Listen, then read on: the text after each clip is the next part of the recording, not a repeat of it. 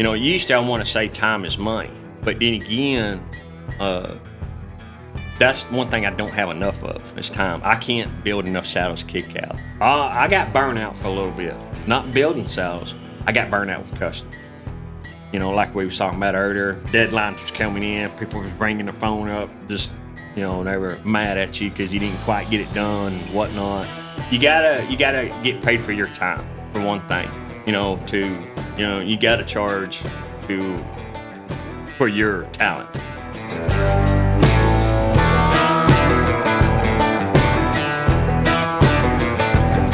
Welcome back to the Wealthy Cowboy Show. Today we got Ed Steingon on of Grasshopper Saddlery in Kroll, Texas. And he built some really cool saddles and leather stuff, but he also has some cool opportunities for you to learn how to build saddles. So we're going to get into that. But first, how did you get into saddle building and kind of what's your background? Well, I grew up cowboy. My dad always ran some ranches down there around Graham, around Possum Kingdom. And when I got up in high school, my dad, back up a little bit. My dad had 2 boot repair shops up there in Oklahoma. So I kind of grew up in there a little bit, and then we moved down here on the ranch when I was still pretty small.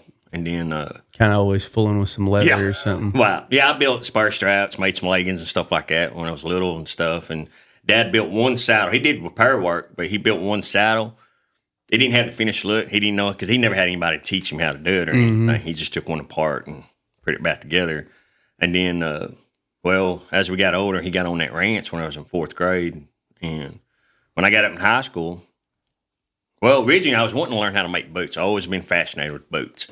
And I've always wanted to make boots and stuff like that. Well, when I got in high school, there was a saddle maker south of town. I went to work for him part-time. And then I just worked for him, every other day in high school. And then when I got out of high school, I worked for him full-time off and on for several years. And then I broke my back because I was still day working. And then when I broke my back, I just, fell back. And then I had to sell everything I had, so I couldn't hardly day work because, down on your back. And then, I just kept bouncing around trying to day work whenever I could. Never could get myself back up to where I was at, as far as horses, trailers, and all that stuff. Yeah. And then I just when I finally started settling down, I did regular town jobs. And then I worked for the post office, started working for them after we got married. And because I had, had a wife, had a little baby on the way, and then we still had to eat, just like everybody else. But then I was doing my saddle work at night, as best I can. And then I worked for the post office for almost 10 years before I left them a few years ago. And then went to doing this full time, and I just kept doing it, and just keep on going. When did Grasshopper start? Yeah, everybody always asks me that, and they always laugh about it. And there's a lot of younger people out there, they don't understand it because they've never seen the movie. There used to be a TV show called Kung Fu on TNT when I was a kid. Well, when I was working for that saddle maker in high school, every time he told me what to do, I always tell him, yes, Kensei. I just kept giving him a hard time, and he called me Grasshopper. Well, everybody got to hearing him calling me that, and it's just been stuck with me ever since. Yeah. Most of the guys don't even know my real name.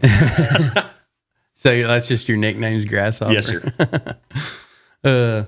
So how long were you working at the post office and doing this on the side? I did. I worked post office for almost 10 years, and then I was doing the whole time saddles. you were I was doing it at night, whenever I could. And did you kind of see that you could, take the leap and do it full time, or what kind of held you back there? Kind of skeptical back and forth, because there were so many other makers already out there. And what really helped me is because when I first started putting my name out there on them saddles, and I put my real name on it there for a while. Well, everybody's got to where we don't know him. We don't, and then they say, oh, it's old Grass. Oh, okay, yeah, we know, and it just kept, so then I changed my name to Grasshopper Saddlery, and then everybody understood who it was. Because I had help, when I first got started, and had guys. I've been day working with a lot of them guys, and especially around Ragnar's and some of them other bigger outfits, Pitchforks. I got a real good friend of mine out there, and, and we just, just a little at a time, just worked our way up.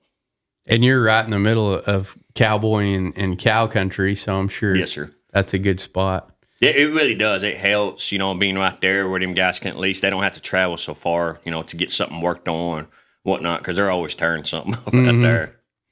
What pushed you over the edge whenever you did decide you're like, okay, I'm just going to do this full time and go all in on it? Well, we got to when I was at the post office, and I usually do vacation times, and then we had to put in for our vacation time.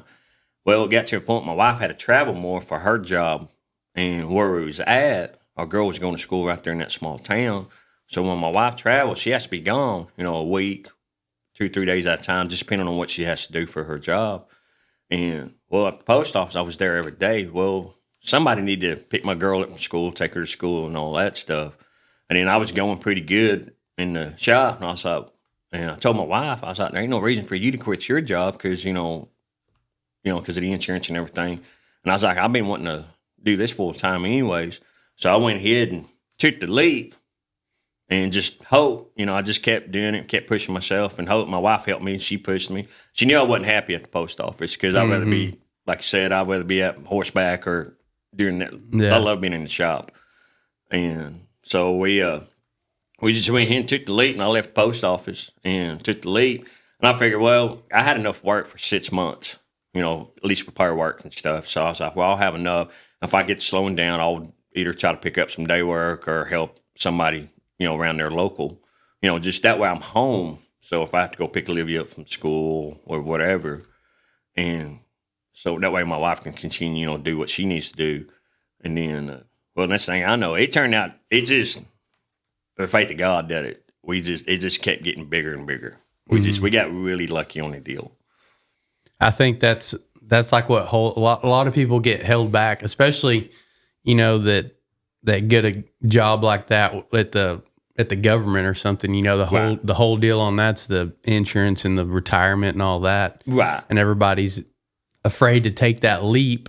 And that's what I was wondering if there was something that clicked or you're finally just like, this is enough. I'm not happy. I think that's a lot of it too. Sometimes like what pushes people over the edge is like, finally I've just had enough. Right. Well, and that was the deal. I was getting pretty sick at the post office. And don't get me wrong, it was a good job for what it was, but it wasn't for me. Mm-hmm. The money was there, the benefits was great, and all that stuff. It's just I wasn't happy, and I was gone all the time. I missed all my little girls' plays and some of the stuff. I had to miss a lot of the family functions because I never could get off work. Mm-hmm. And that's just part of it. I mean, that's a lot of the jobs. But my deal too, I don't like being in town. I like being out there and or in my shop. And that was kind of what pushed me over because I just got tired of, the government, and just different things. Yeah. That's the cool thing about being an entrepreneur is you make your own schedule so you can make all those things, but it also is the bad part because you could just not work too and nobody's going to hold you accountable. Exactly. Did you already have some of that, like self-motivation, self-accountability? Yeah, I've worked I had my shop running full-time once several years ago when my wife and I got together. When we was living up in Clarendon, but the market wasn't there. The clientele wasn't there. So we ended up having to move and then had to, because I had to eat too. We all got bills to pay, and I couldn't quite just make it up there. And then whenever we moved down here and I just kept building it over the 10 years. And then whenever I just finally, now I can't build enough saddles. Mm-hmm. I'm to the point, it's overwhelming, but it's also been a blessing and I love it, and it's just, of course, I learn something new every day. I'm always on the curve to learn something. I tell my guys, that I'm building saddles for us. If you don't like it this way, let me know. We'll try another way or something. We'll figure out a way that works best for you. Mm-hmm. And that's what's got me really wanting to, because I can put my hands on, and I love doing stuff that would help the rider and the horse. Right. Yeah, and you're getting that immediate feedback. Like you said, you're selling to guys that are riding them all day long. Yes, sir. And how does that work? Like the makers, you always see makers start out and they're kind of cheap and like you can get stuff immediately and stuff. So there's that benefit. And then as you get bigger, prices go up and wait times go up. Like I remember I got a Robert Mitchell when I graduated from Tarleton, and it took me like a year and a half. And I want to say his base then was like 31 or something. Wow. And then I was like, the next year I was like, I'm gonna go ahead and order just a plain saddle to kind of work out of too.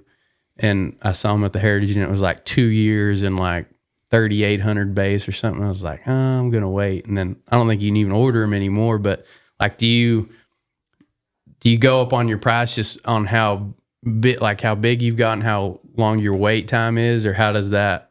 Dax Trailer Sales is based out of Lubbock, Texas, and it is definitely not just a trailer dealership. If you are involved in the Western way of life, and if you're listening to this show, you probably are, then they have something you need. From trailers for a day working cowboy to a full-time cattle hauler to hay trailers for a farmer or rancher to arena drags, rope and chutes, and feeders for the rodeo cowboy or cowgirl. They also deal in every kind of hay any of your animals could ever need. Literally anything you need, farming, ranching, or rodeoing, they're going to have something for you, and it's going to be at a super affordable price. Besides all that, everyone you deal with there is super friendly and very helpful. So check out Dax Trailer Sales on Facebook or daxtrailers.com and tell them you came from the Wealthy Cowboy Show. You gotta get paid for your time, for one thing. You gotta charge for your talent. And don't get me wrong, it's learning. Every day I'm learning something new. It's one of them deals. I had some old timers tell me, they said, if you quit learning on something when you're doing, quit doing it and go do something else. Because if you don't keep learning, you're never going to progress. Mm-hmm. And I think that goes with any kind of business, training young horses or being a good mechanic, either way. And the way I do my prices, I try to keep it down because the cowboy wages are not that. They don't make a whole lot, depending on where they're at. Now, if they're day working for 2-3 months in a row, yeah, they're making a pretty good paycheck. But then they also got to make that last for the rest of the year, too, when they're not working. It just depends. And, of course, unless you got a camp job, if you're on a ranch, one of the bigger outfits, they can make a decent living.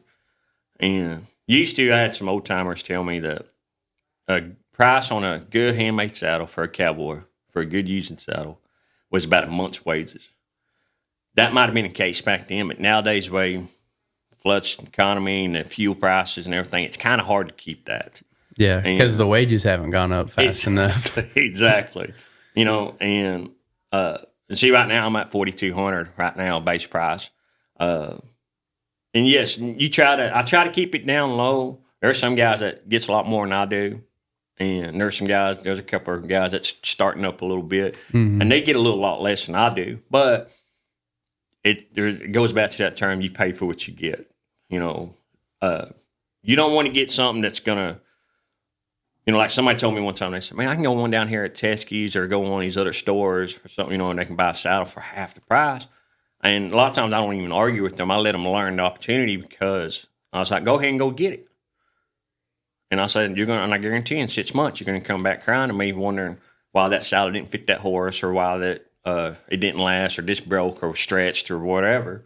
And then they're like, well, okay. And then they realize, you spend what you get. If you want something that's going to stay with you, you'll learn to, and I'm seeing more and more people going into the handmade saddles nowadays than I used to. Yeah. I mean, it's like I said, I still have that Robert Mitchell. It's, we just got he's a good saddle marker. We just got it like roughed out and cleaned up the other day. But it's, 10 years old now. Right. And it looks like new again, and it's still a good saddle. But I've also had, all the production line saddles, Cactus and Cowpuncher and Jeff Smith. Right. And they're good saddles too. And I think we talked about it. We talked about it with the Dax trailers and right. every product. There's a market for that handmade, that high quality that's going to last. And then there's a market for the guys that can't afford it. Maybe want to get in on a cheaper saddle or whatever, go buy a production one, then work their way up or whatever. The production saddles, can be pretty good, but I don't see them lasting like a good handmade saddle. They do have some warranty or whatever on them, but right. It's still a hassle to go. You're out of a saddle for a little while to go get it fixed or whatever. Well, like you said right there, being without a saddle, I think any man that old woman that's horseback all the time, you got to have at least 2 good saddles. Mm-hmm. That way, if one breaks down, you can have 3 or 4, but have at least 2 good ones. Just that way, you have something to fall back on. Mm-hmm. That way you don't, not with that one. But going back to like the Cowboys, they don't raises, that's all they can afford. you know, and then they, of course, you know, they trade and swap and this and that to get what they want, you know, and then that's fine too, you know, and I understand. I would love to keep my prices down there for them guys, but then I don't make nothing because I still got overhead. You know, I still got to pay for my building, you know, and if I do hire somebody to help me part-time, which is hardly none, I ain't had nobody in the last year. So it's been by myself, and then my wife helps me whenever she can. And of course, Olivia, I get her to help me oil and clean. You know, I get her to get over in the corner and clean one up for me. And, but, you know, and then another thing too, the prices go up too because, your value goes up, but then your time, you know, used to I want to say time is money. But then again, that's one thing I don't have enough of is time. I can't build enough saddles to kick out. And you're not going to make everybody happy. That's just the name of the game, business, you know, everybody's.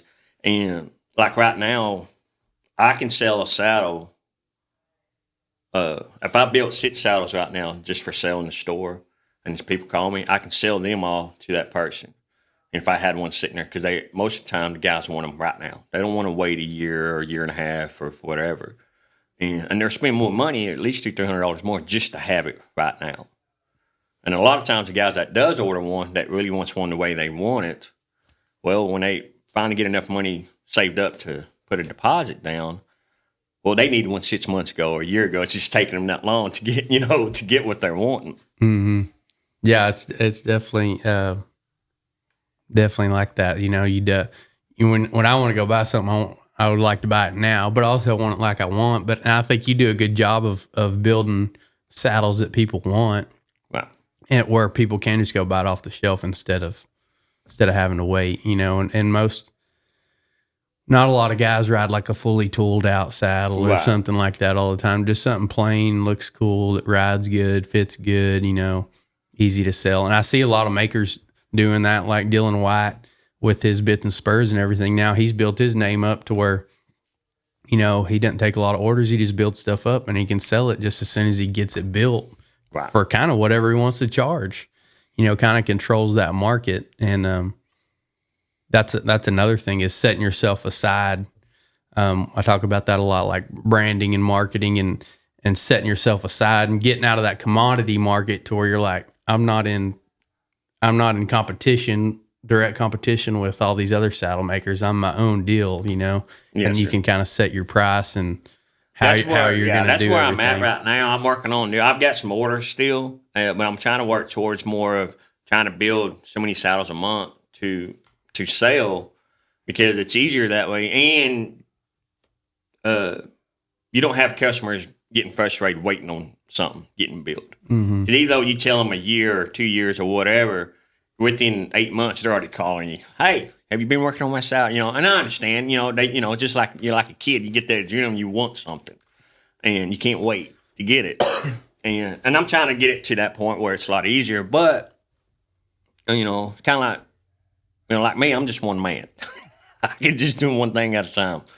You know, and that hurts sometimes, but then again, it doesn't because I think that gives everybody to know that that saddle was built by one set of hands. It's not several different people building that one saddle. And then when you knowing that, you know that thing was built by one set of hands and it's built good. And I know every aspect of that saddle. I always say on the wait time deal, it's like every custom maker out there gets this memo when they get their stamp or something that it's 2 weeks. Yeah. Everybody I call, whether it was like bits or spurs or saddles or whatever, you call anybody and you're like, hey, you know, when I'm not bugging people all the time, but like when the deadline's around there, I'm like, hey, how's it going? Oh, 2 weeks. And then like 4 weeks go by, like, hey, what about the saddle, you know? And, oh, another 2 weeks. It's always 2 weeks. That's like the number. Right. Well, I mean, that's what a lot of them, I believe. And I've had guys, and I have done that before. And then you learn, like I said, it's a learning curve as you go because it's hard to justify what's going to happen within those 2 weeks or the next 4 weeks, especially when you work for yourself because something could happen with your kid or I had a blowout on a vehicle or, you know, just like right now, I'm actually a few more weeks behind than I was because I was down. I had to have surgery because I had a bad hernia on my belly button. So that put me down for 6 weeks because, I mean, I couldn't do nothing. I wasn't supposed to lift anything or anything like that. You know, you got to kind of take, you know, some of that stuff. And my goal is I try to tell somebody, if I think it's going to be 6 months or 8 months before I'm going to build that saddle of theirs, I'm going to tell them a year or 12, 13, 14 months. And then if you tell them that and then you get done before that, then they're happy. Mm-hmm. I try to keep it that way. It's not always the case. Under promise, over deliver. Yeah, it's not always the case, but I try to keep it that way. Yeah, I've been trying to do that under promise, over deliver deal. And somehow it always backfires sometime. Like I'll tell my wife, like, I'm going to be here. I think I'm going to be here an hour. So I'll tell her like 2 hours or 3 hours. Right. And then I end up staying there another, the whole time and being late still. So right. it's tough. But one thing that I think is really cool that you've opened up is the classes in the school. Where did you come up with that idea? Well, a lot of that's because keeping hired help. And that's how we've talked about it for years. And I've had some people they wanted to come in and learn and build a saddle and whatnot. And I taught 2-3 guys in the past, over the years. And they were friends of mine and whatnot. They was right there local. They was able to come to my shop at night, and I teach them how to build something and whatnot. Well, I went through several hired hands, the first 2-3 years being out on full time since I've left the post office. And my last hired hand was, as a matter of fact, about a year ago next month. So I've been on my own since then. But then my wife and I got to talking, and I've had people, because a lot of times the guys I hired, as soon as they learn something, that's when they leave me. Yeah. Or whatever they want to learn, they want to leave, which is fine. I've got nothing against that. So I told my wife, instead of me paying somebody, that's a lot of money out of my pocket, and then teaching them, then I have to shut down what I'm doing to go show them how to do it, and then that's putting me farther behind of what I'm supposed to do. Yeah, a lot of people don't realize when you take a job, you obviously want to get paid as much as possible for your selfish reasons, but usually if you don't already know that job, you're a liability to the company because, like you said, it's going to take time away from either the boss or another employee or whatever, because somebody's got to show you and teach you how to do the job. Exactly. And then exactly like my dad's an electrician. He does it all the time. And then by the time you get somebody to where they know something and they're trained, they want to leave, Wow. Yeah. And it makes it hard because you get tired, of teaching somebody all the time. Well, that's just more time that you could be doing something else getting done, being more progressive or productive too. And anyway, so I told my wife, we got talking and stuff, and I got a lot of guys that keeps calling wanting to learn, which is fine, And there's not a whole lot of people out there, and there's not a whole lot of, and there is few saddle making schools out there. It's hard to find, but a lot of it depends on where you're at. Some of them gets pretty expensive. Don't get me wrong. And the biggest thing is there's a couple of them I know that it's like a 6-8 week course. Well, that's hard for somebody to take off that long a period of time, much less 2 weeks. And I try to date my stuff at least a year in advance. This time we did for this next year. This past year, we kind of just up and coming and going. And I was really surprised that we filled it up within that first year. Yeah. And I told my wife, I was like, we need to get some dates for next year. That way we give people a chance to, schedule themselves if they want to take the course, because, just to take off 2 weeks, depending on what they're working on. Mm-hmm. And then we try to do our classes in between, we try not to do it during the branding season because, we try to do our dates between the trade shows and the fall works and spring works because that's when everybody's the busiest. Yeah.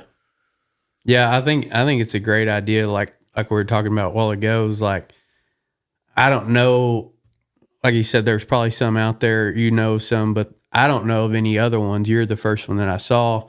And to go, I don't know, I was fixing to ask you that what it costs, but to be able, like you said, you're charging $4,100 for a saddle, but for a certain amount of dollars, you can just go build your own because everybody I've seen comes out with a finished saddle out of that class. Yes, they come out with a finished saddle, and that's why I was going back there. Like the other classes, like you said, I was the only one that you've heard about. A lot of the other classes, you got to really search on the website and this and that.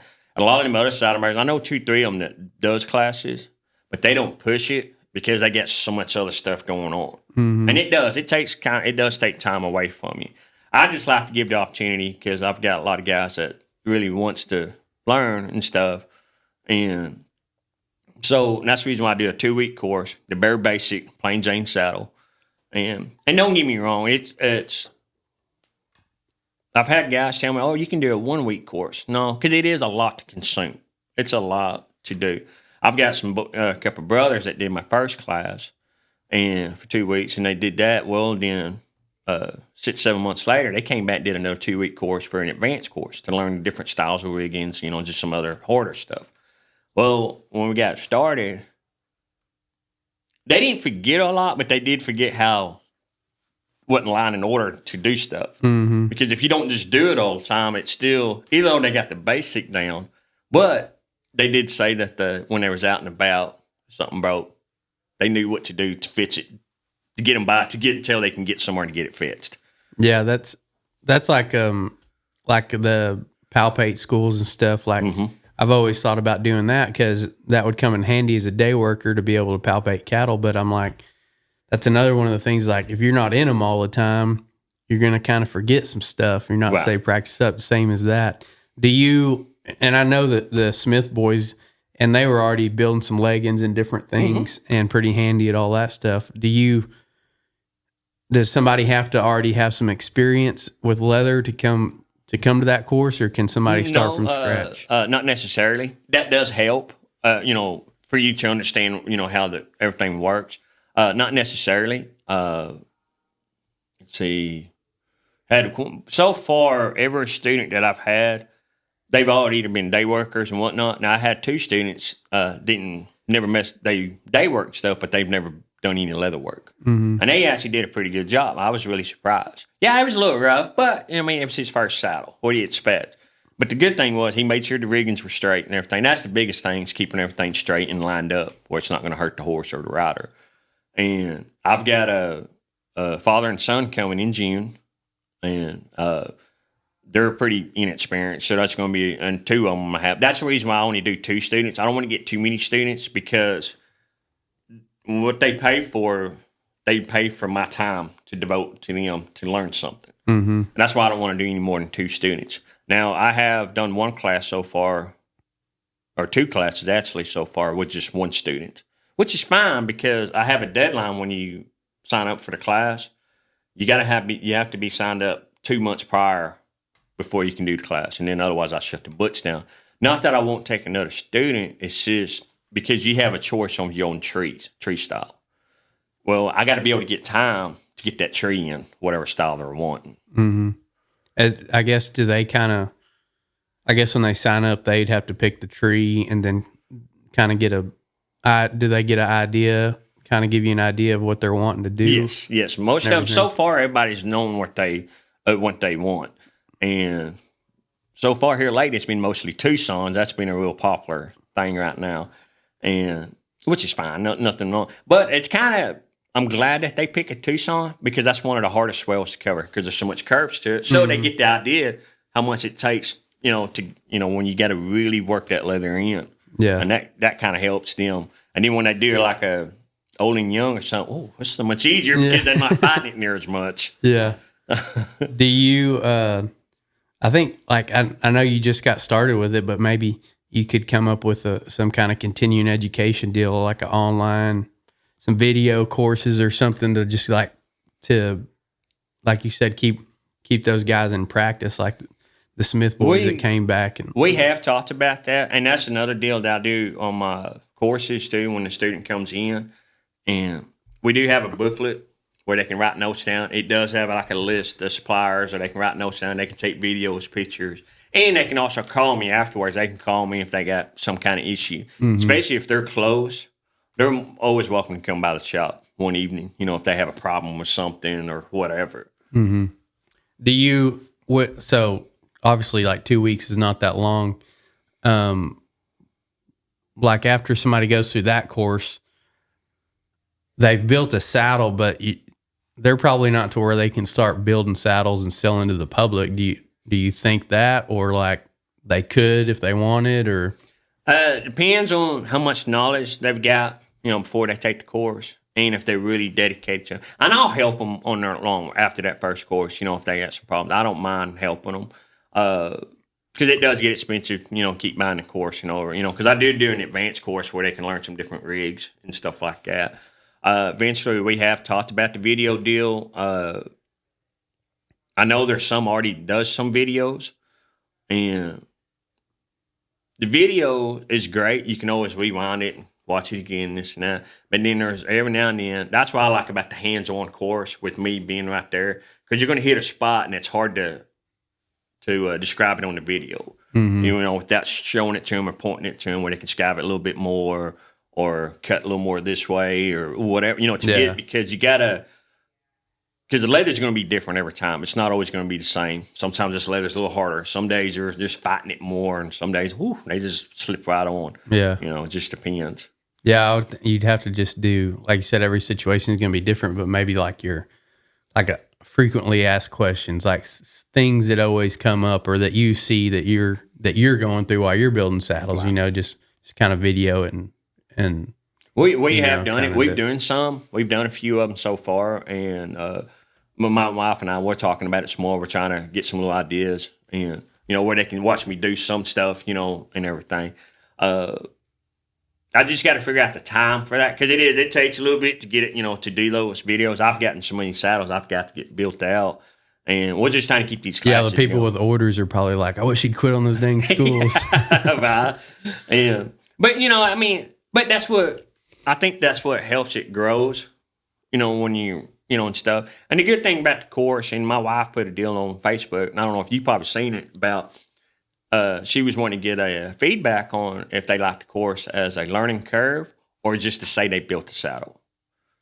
And I've had a bunch of them say both, pretty much. And somebody just want to go build their own saddle and quit, and some are wanting to make a business out of it. Right. I've got one student, he did the course once, but he took a lot of saddles apart and repairs. He just didn't know how to build one.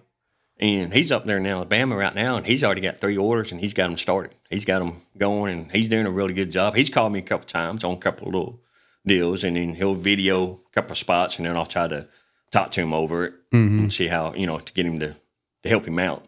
And do you have, so you mentioned like I know the Smith boys, they did that first one, and then they came back for the tooling, and you said more advanced. How are you breaking those up? I try to do it, like I said, the first class is just a bare basic, and then the second class, you can do a little more stuff, once you kind of do.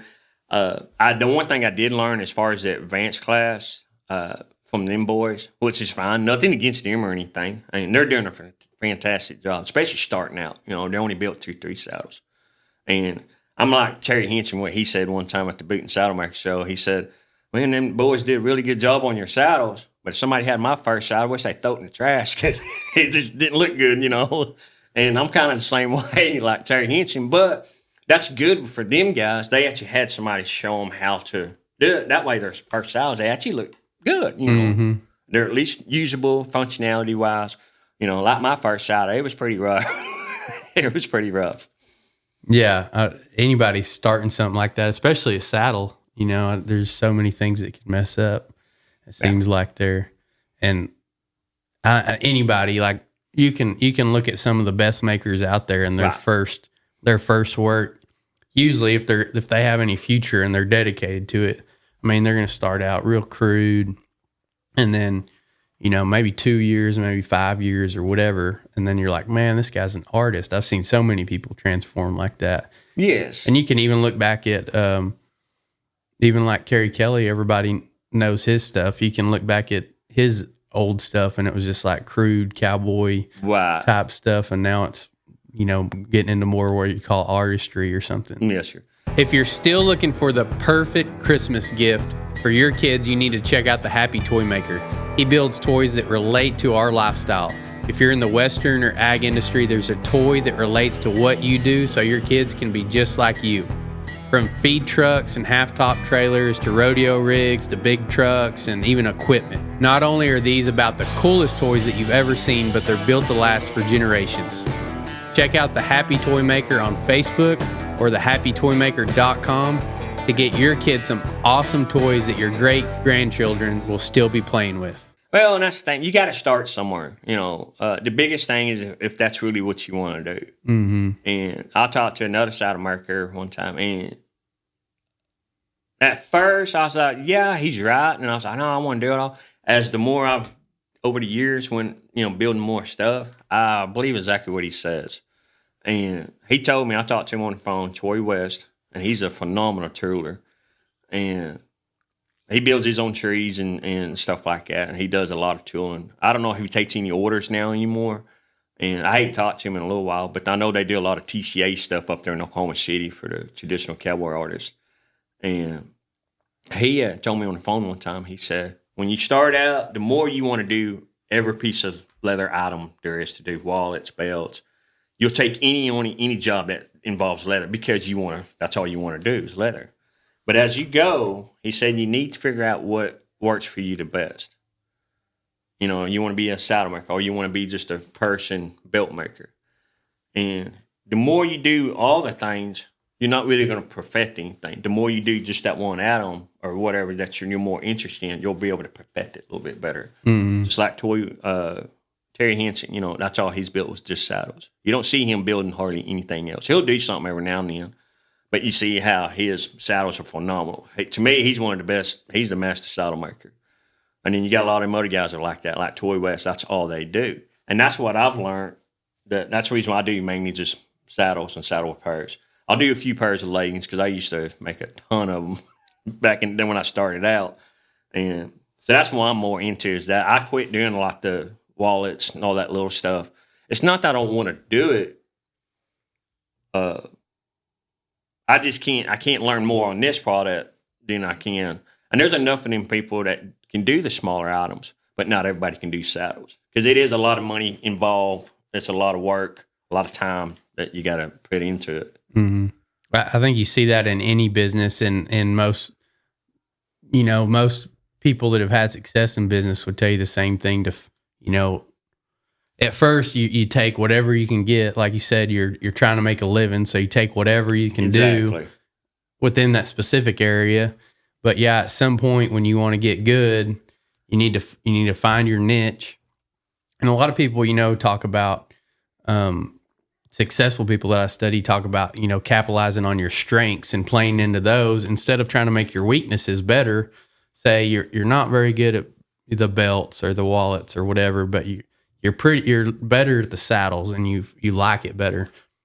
Only do saddles, like you're saying, and capitalize and make that really, really good. Put all your time into that to making your strength, the best thing, and you'll stand out as opposed to like trying to your weaknesses over here on these other products, trying to bring them up to par.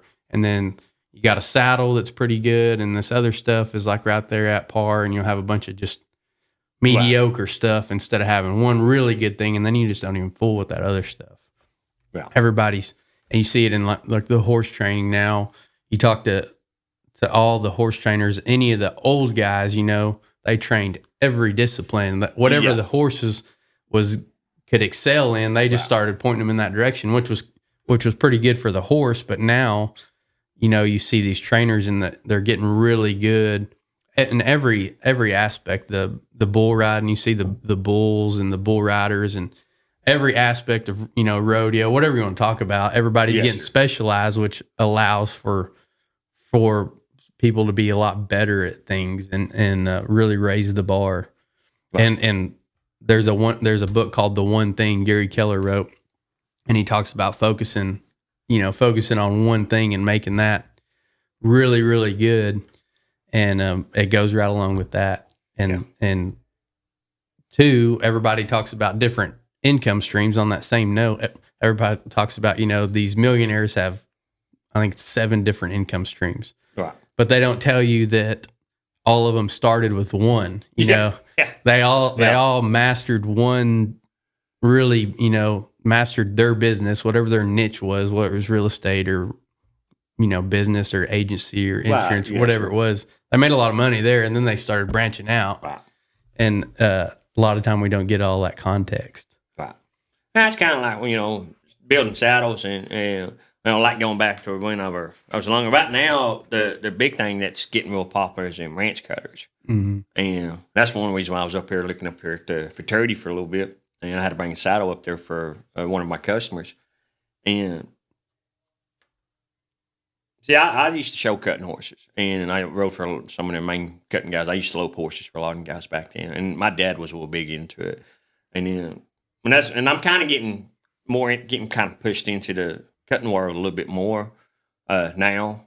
And of course, a lot of the ranch cowboys, there's a lot of them guys are getting into that ranch horse competition, training cow horse, cutting horses. And them guys are liking them. And that's the reason why a lot of my saddles, I've got saddles at Tongue River and all them guys. And I'm kind of more focused on the saddle to where everybody can ride. Something you can rope out of, you can, do everything you need to.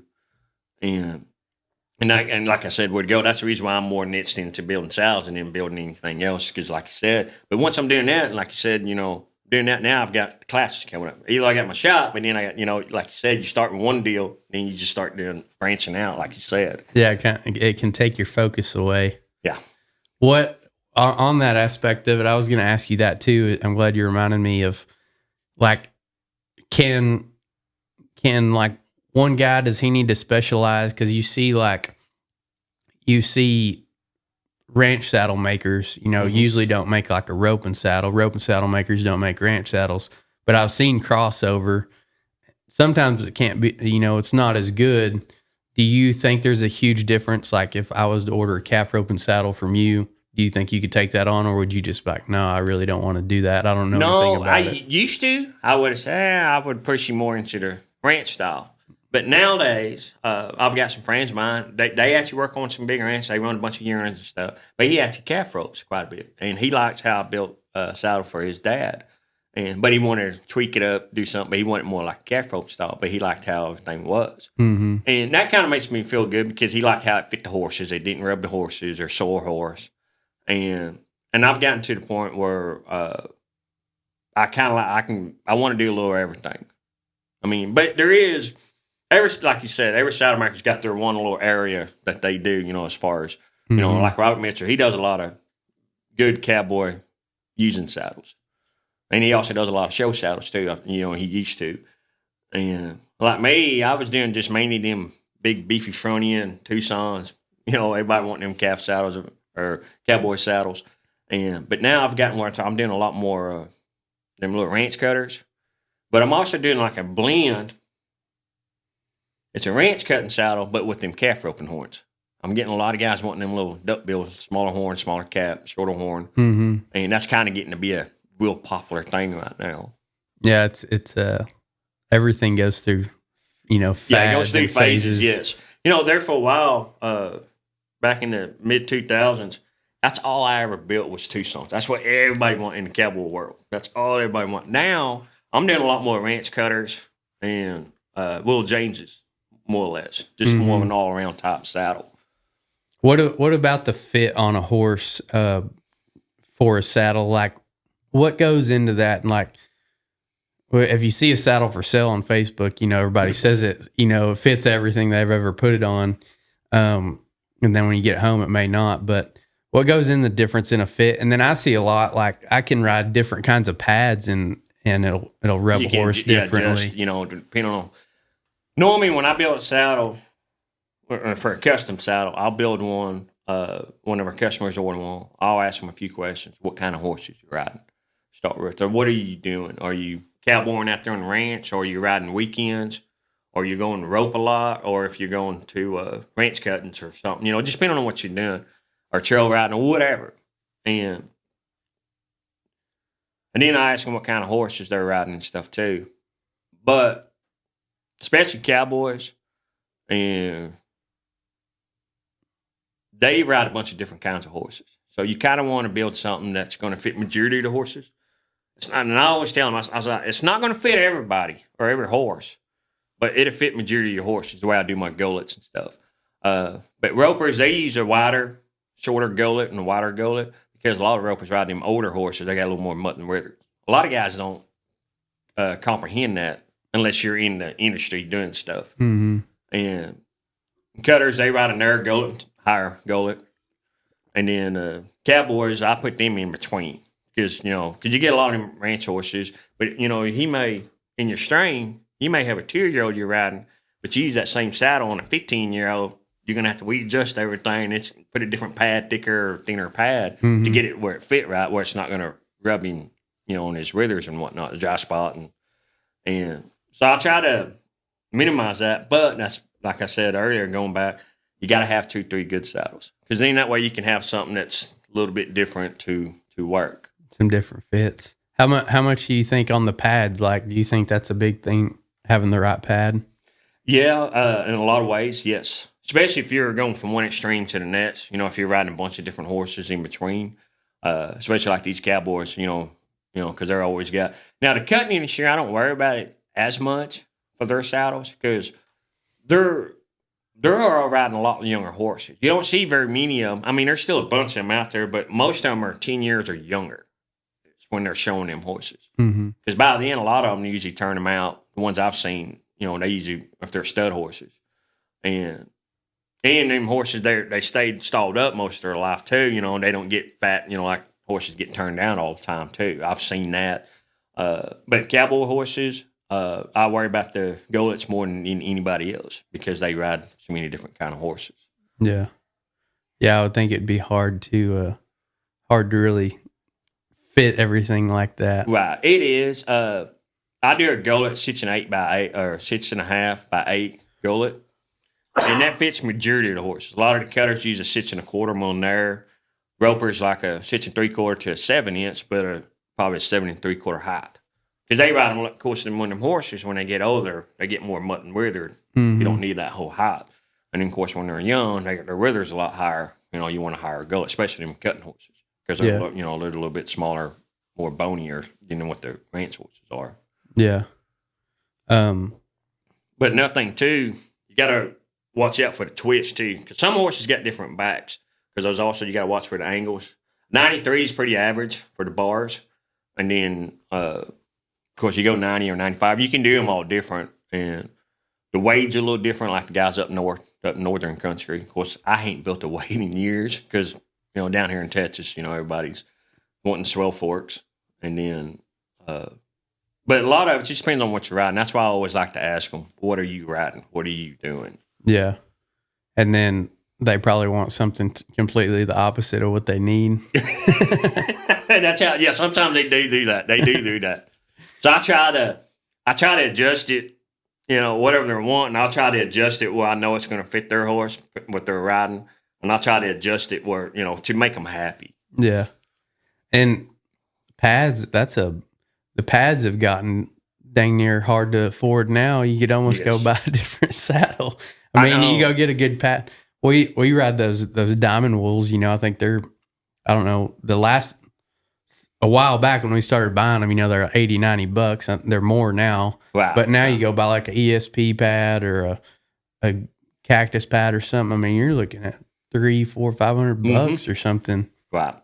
And but I do see, like, I've always got to play around. If we get a different horse in, I've got 2 saddles. I got that Robert Mitchell and a cowpuncher, and then trying to play which one fits with which pad and all that.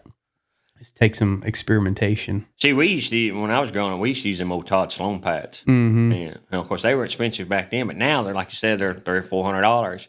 And I've got some blue horse pads, wool pads that I've been using, and guys are liking them pretty good out there. They're a 1-inch thick pad. And I like a wool pad better than I do a felt pad because it's just, a wool pad, you can change its shape. To me, from what I've seen on a horse, when they're sweating, it'll form to the horse. And you can also switch it to different horses. Them felt pads, once they get shaped, they kind of tend to stay in that same shape. Mm-hmm. A lot of times you got to watch out for some of them. If you get one that's, like, say you got a felt pad on a young horse you use all the time, and then you got an older horse, quite a bit older horse, it may rub that older horse because it's formed different. You may create an air pocket in there. Yeah. Yeah, that makes sense. Yeah, we used to, when I was younger and roping calves all the time, that's what we used was a Todd, Todd Sloan with a Navajo underneath it. Yeah, that's what we do a lot of times, put a little Navajo blanket underneath them. And now I quit. I don't even see a lot of people ride that anymore. Now you can buy like an ESP pad that has both the pad and that Navajo on top of it or whatever in one piece. What have been your biggest struggles since going out on your own and being a business owner and being an independent maker? Well, bigger struggle is well, the number one thing is making sure you pay yourself.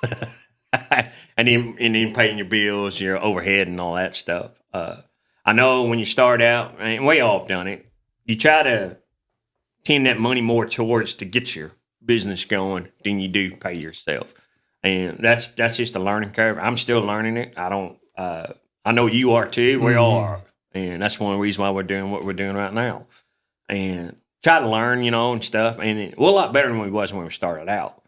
But the biggest thing is pay yourself. Make sure you get yourself paid. And that's been one of the hardest things that I've had to teach myself to do. My wife gets on me all the time about it. But, and it's finally clicked, It's just, it takes time. Yeah. And the biggest thing is having, and I think that's where a lot of people struggle or end up closing up because they get to a point, well, if you don't pay yourself something, how are you going to pay for your regular bills? At the house or whatnot. Yeah, and put anything away for the future, right. Anything like that. That's something that a lot of times we don't take into account when we're going to do a business venture or whatever. You're like you had an hourly rate tied to your job, so you probably knew, well, if I can go replace that and do what I kind of want to do, right. That'll be fine. But then you get into it and you're like, I don't realize I'm not making any money. How is this working? And then you're like, you got to start charging more, account for your time, your business. Yes. Your business has to make money, plus you're making a good wage. Your business is paying you. Right. And then your business is making money and then paying all its bills. And then, hopefully you're able to put enough away for future, for retirement, for rainy days. Retirement, like we did, going to trade shows and stuff, business expense. Like I had to buy a tack trailer, it's just that way I can, because I got it set up where I can just pull up there and open the doors. People can walk in there and stuff, and that's part of the business. A few years I might have to sell that trailer and get me a bigger one. It's just, those kind of expenses. And as well as I do, well, each year everything keeps going up. Yeah. It's just, everything get higher. And of course, I know everybody was worried about this election this year, and everybody was like, why'd you go up? And I was like, well, I'm trying to look into the future a little bit. Used to, when I was going up on my saddles, I was going up like $200 at a time per year. Now it's more $400 or $500 at a time, at least once a year, if not twice, just because, and you see it, it depends on what the structure is. Fuel prices go up. And that's the biggest thing that's kicking everybody's butt is the freight on stuff. That's what. And it's like sheepskin drastically went through the roof in the last few years. And that's what, you got to take in. And then that's, like you said, as far as financial and then trying to keep the business, like you said, and pay an hourly rate, to, be able to do all that stuff. And it's a learning curve. I'm still learning and figuring out, new ways and this and that and all that stuff. I mean, it is a learning curve. Yeah. Yeah. I think the best way to learn it probably is to go through it. It's going to, because I'm not the biggest number guy in the world. To learn the hard way, of course. But if you could mitigate that a little bit and learn from somebody else. My wife, she's helped me a lot on a lot of that stuff, and she went through school for a bunch of that kind of stuff for businesses, and stuff like that, how to make your business grow. But a lot of those deals that you do, there's some classes that we have talked about taking, and she's taken a couple of classes. And there's always stuff out there we're always looking into, to see what would be easier, better. But I know it's not always for everybody because every business is different. It just depends on what kind of clientele and where you're at. Especially like where we're at. Like being here in Fort Worth or in these bigger towns, well, living expense is a lot higher. Your bills are going to be a lot higher. Your rent's going to be higher even for a building for a commercial. Like where we're at, it's not near as bad. So you got to consider, depending on where you're at too, and that's where, you can't, like my base price on a saddle, and then if a guy here was charging my base price trying to live the same way I do, I don't think he'll make it. Yeah. Because it just costs too much to live in these bigger towns. Yeah. Yeah, the overhead is, when you get, like you said, there's a big difference in West Texas and the Metroplex. Yeah, yeah. And everybody's different. It's if you are going and trying to learn, I mean, I'm sure there's always at least one piece of nugget. Like that's what I found every course I take or every book or whatever that I listen to. You know, you're going through the whole thing and you might get one thing, but that one thing could be worth, 10 times or 100 times more. And that's what I tell people I have the Wealthy Cowboy Mastermind, where we do Q&A calls with people and stuff, and it's more tailored. You can ask your specific question to like, what would you do in my shoes or whatever. So it's a lot more tailored, but I'm like, and it's a paid thing, but like if you can be on one call and get one piece of information, it's going to be worth a year's worth of dues to it. Yes. So, yes. What advice would you give to a young maker? I know you're dealing with them a lot with the classes and stuff now. My biggest advice is, if you're going to get started, don't get discouraged because your first piece of paper or first piece of project you do doesn't look as good as everybody else. That's just the name of the nature. That's just the name of the game. The biggest thing is take your time. Don't get in no big hurry when you're doing that kind of stuff. My biggest advice is watch the videos on YouTube best you can. If you need to call somebody. I know not every maker, depending on where you're at, if you really want to learn something, wherever you're at, go to a person that's close to you and try to see what you can figure out from them. But I know a lot of them won't do that because some people are real skeptical about that. It takes a little bit of money to get started. Try to, put some money back, if you want to buy some tools and whatnot. But if you don't have a place to start, you can call me. They can call me. Anybody wants to get in, they can call me or call another maker or whatever if they really want to get into it. The biggest thing is you're going to have to you're going to have to put the time in. Because if you don't put the time in, you're not going to be able to get very far. Because, just like me, I tell my wife all the time, I practically live in my shop because I'm in there even Sunday afternoons. Yes, we go to church. I do go with the family functions, but when we're not doing that stuff, I'll go to the shop, because you do have to put the time in. Yeah, and I would say too, if on that, like if somebody's going to call, you've got to either bring value to you or whoever you're calling by offering to pay or offering to come work or whatever it is, trying to provide you some value where you will be like, okay, yeah, I'll talk to this guy. Or I would say too, if you see somebody probably that's already, is putting in the time, that's dedicated, not a tire kicker. Somebody comes to you like, hey, I'm in the middle of building this saddle. And you're probably gonna be like, oh, good job. You've already taken some initiative instead of just calling and talking and shooting the shit. Yeah. Anybody, just make sure that's exactly what you want to do. I mean, I know sometimes you don't know. Some people don't know until they get into it.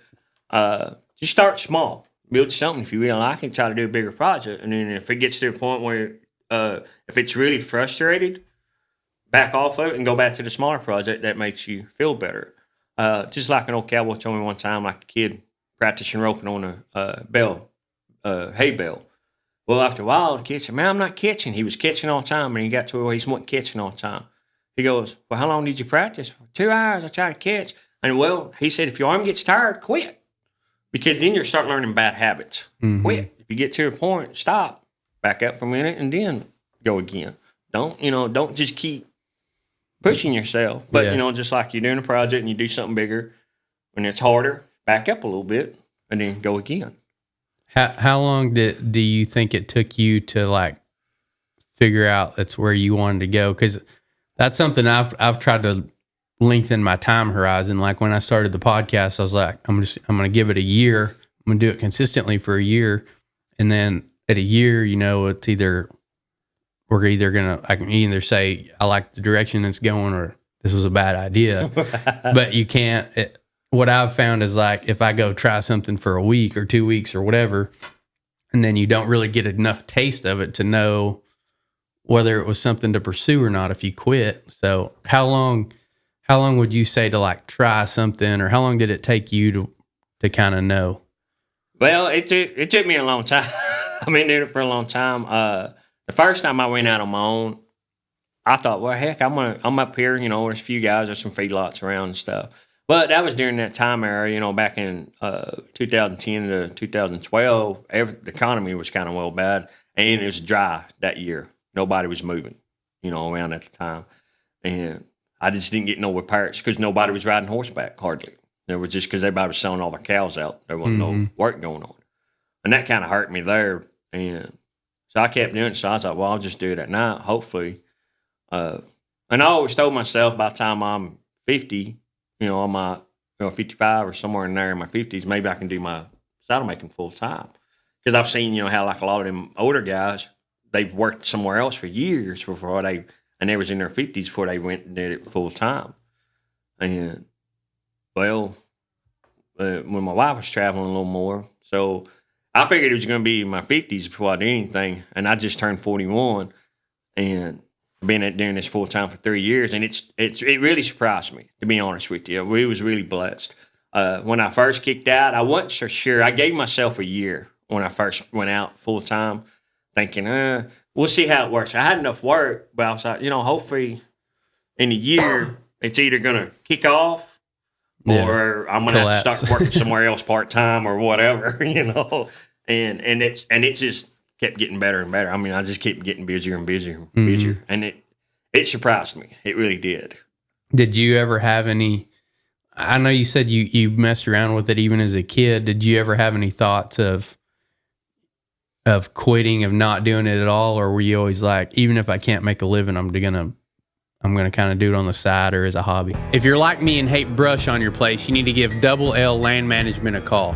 They travel all across the country fighting the war on brush and reclaiming land that has been basically useless. No matter if you're dealing with cedar, mesquite, or some other type of unwanted plant, they probably have the equipment to get the job done most efficiently. They have those huge mulching machines that can literally eat a cedar up super fast. If you need something different like a dozer or a smaller machine or excavator or something like that, they can handle that too. Contact Double L Land Management on Facebook. You can visit their website, doublellandmanagement.com, or call 254-978-9294. And be sure to tell them you heard about them on the Wealthy Cowboy Show. When I was up in Clarendon, I did have some thoughts. Back then, after my wife and I got married, then even as a kid, I never really thought about it too much. I thought I was just going to cowboy and just do a little bit of leather work like my dad did. And I figured that's all I was going to do until I broke my back. Then that's when life hit me then, pretty much. And because I was 19 at that time, I was running wild, just going. I didn't sleep at all at night, and I just kept running. I kept a bedroll and 2 saddles and about 3 or 4 sets of clothes. That's all I had in that pickup, And anyways, and then when I did that and broke my back, and that's when life hit me. But I jumped out of it, got over it. But, it was hard to get. Once you get knocked down, it takes forever to get back up to where you was at. And so I tried doing that. And then I was building saddles. And then when I was in Clarendon, I thought about quitting completely. I didn't get burned out doing the saddles, and it's real easy to do. You also got to make sure you take time for yourself to go do something, because I still day work some a little bit, just to get out of the shop, because then we'll always do get the closing in a little bit. Yeah. And that's any job, you got to take time for yourself too. But when I was up there in Clarendon, I got burnt out for a little bit, not building saddles. I got burnt out with customers.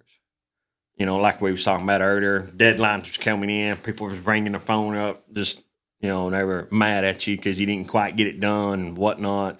And it, it's hard, especially being, when you're younger, because you don't know how to consume all that until you learn to get past those abilities. Mm-hmm.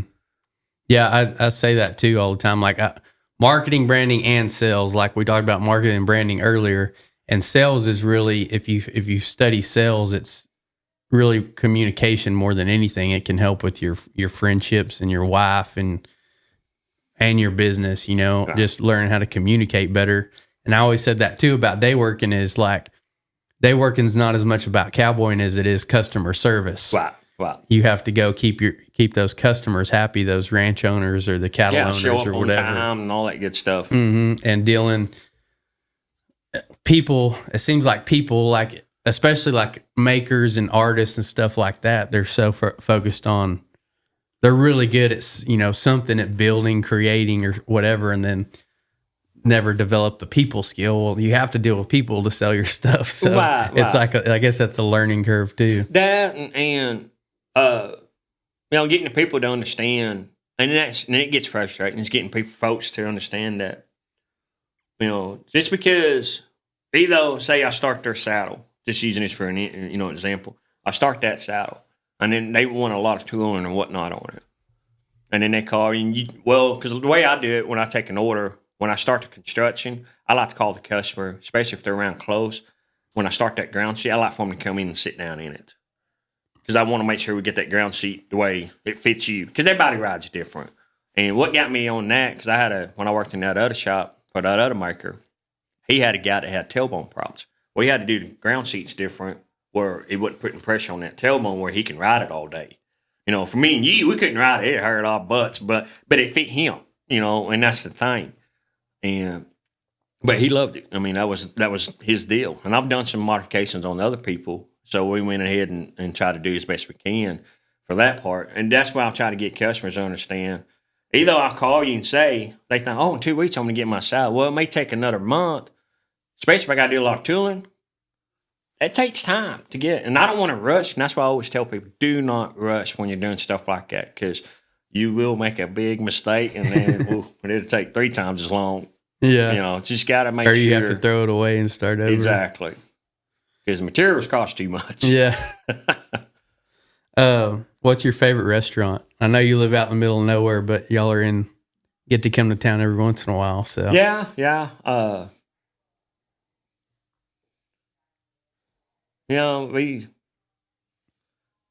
As a kid, of course, that place is gone now, but was Johnny's Grill in Oklahoma. But it was the best burger joint I ever been to. I guess now when we do go out, because we do go to Wichita a lot, I like going to the back porch because I'm a sucker for a good burger. Is that a chain deal or is that Wichita only? I believe it's only Wichita. There might be one other store, I think. Okay. Yeah. I'll check it out. What, like a bar and grill type place? Yes, sir. Yes, sir. Yeah. It's a burger joint. It's a really good burger. I mean, they come out, they're big old burgers, and they make them all different ways you want them, and it's good. I really love, I pretty much eat carnivore, so, and people think of like steak and eggs, or just steak all the time, but I really love burger now. Yeah. Going to a good burger place. And just, don't get me wrong, I love great steak. We cook our steaks and stuff, and of course, we get all of our beef, butchered every year and everything. I will not hardly eat anything out of the store. And people they make fun of me all the time when I tell this story. When I got out of high school, until I was about 21, I was at a friend of mine's house one day. And because I grew up, my dad always had them ranches. We always had fresh beef, regardless. And a buddy of mine bought some steaks from Walmart. I didn't think nothing about it. He was cooking it out on the grill, and I went to cut into it and eat. And I was like, what the heck is this? He says, man, that's good steak. I was like, man, that's the worst stuff I ever had in my life. I can tell a big difference. Burgers aren't, you can't mess them up too bad. Even a fast food burger, is not too bad, but definitely like if you're not at a high end steakhouse, I'd rather just order something else, or a burger. Cause like you said, I've gotten so used to that beef at the house. Yeah. And the burger, the ground beef is better at the house too. I would just assume, if we can't go somewhere nice to eat or something, just wait till we get home. Right. Yeah. And just because, it's so much better if you get that good beef that you raised or somebody raised or whatever. Well, and that's that like you said, out there where we're at, right? All we got is a little burger joint, and it's a good burger joint too. It's a local that owns it. They do really good stuff. They do burgers and steak finger basket and stuff. They do. I like their bacon cheeseburger. Mm-hmm. That's what I get 90% of the time, and then we have a little pizza joint there, and then a little grocery store does that what they call it, Sun Brothers or whatever, pizza, or well, I can't remember what the name of it is, but they do a little pizza in the store. But that's all we've got in that town. We don't have nothing else. Either you got to drive to Vernon, you got to drive at least 30 miles, away just to go anywhere, go out. How can people get a hold of you about either ordering a saddle or coming to the class? You got a website, Facebook, all that? Well, we don't have a website, but we do have a Facebook page called Grasshopper Saddlery, and you can message on there, but my wife takes care of all the social media. The best way is to call me, and which is 940-465-0441. That's the best way. Just call me or text me. A lot of times I tell people just text me because it depends on what I'm doing. I may have my hands tied up in something, but I will, get back with you. Yeah. And that's the best way, especially for the class and stuff like that. And like I said, we've got 3 dates left, for the year. I'm going to bring one of my flyers, and I forgot. I'm sure it's on yes, Facebook. It's on Facebook. Yeah, she's got it all on there. We're also doing a Trades Day first weekend of March. And we do it every year. It's a Cowboys Trades Day during Crow. It's March 1st this year, or, this coming year. And we're also having a barbecue cook-off sanction deal there, too, during that day. But we'll have like 40-plus vendors. There'll be a couple other saddle makers, a couple of bit spur makers, some traders and all that stuff. It's a good deal. It's a good time. Yeah. Yeah, it sounds cool. I have to come check it out. Yeah. Try to get something going, because there's not a whole lot in Crow, Texas, So we try to do some stuff, Yeah, get people out and about.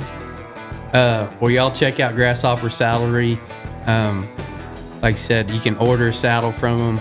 Check out those classes. I think that's a good opportunity if that's something you want to pursue, or like he said, if you just want to build one saddle and be done, just say you did it. I mean, that's a cool thing too. So y'all check that out and share this episode out.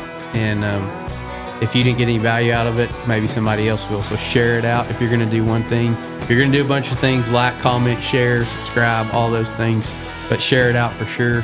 And we'll see y'all next time.